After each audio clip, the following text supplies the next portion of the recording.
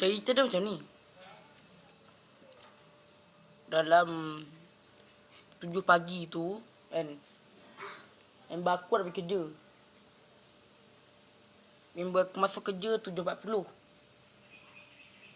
Semasa 7.40 dia pergi isi minyak kejap.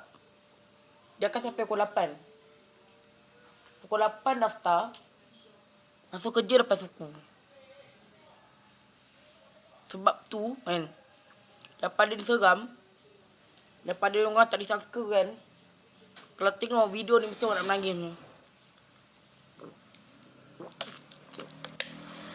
Dia ada satu budak kan, dia pergi kerja nak cari duit lah.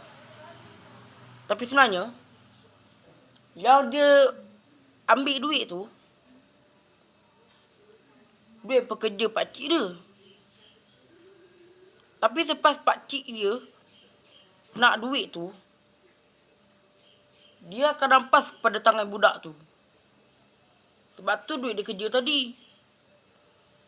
Sebab apa? Sebab gaji dia sikit. Padahal yang selalu bagi bonus tu pakcik tu lah yang bagi kat budak tu bonus. Tapi sebab kena tarik balik, kena tolak balik lah gaji tu. Kesian budak tu. Dia lah kerja pagi, petang, siang, malam. Balik-balik terus menangis budak tu. Ni kan, lagi tu lah, ada seorang budak ni, Burhan. Nama dia Burhan lah.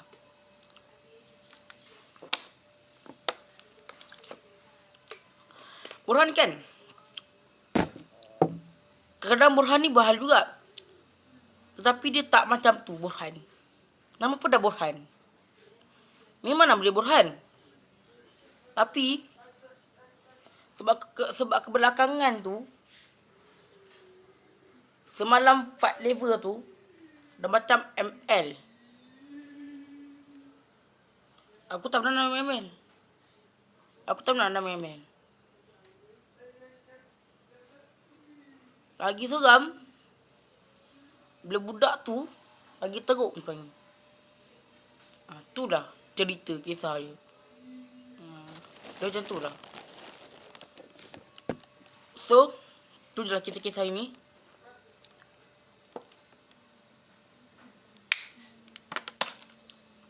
Itulah kisah nama dia Burhan. Itu budak yang pakcik apa dia budak tadi. Okay, bye.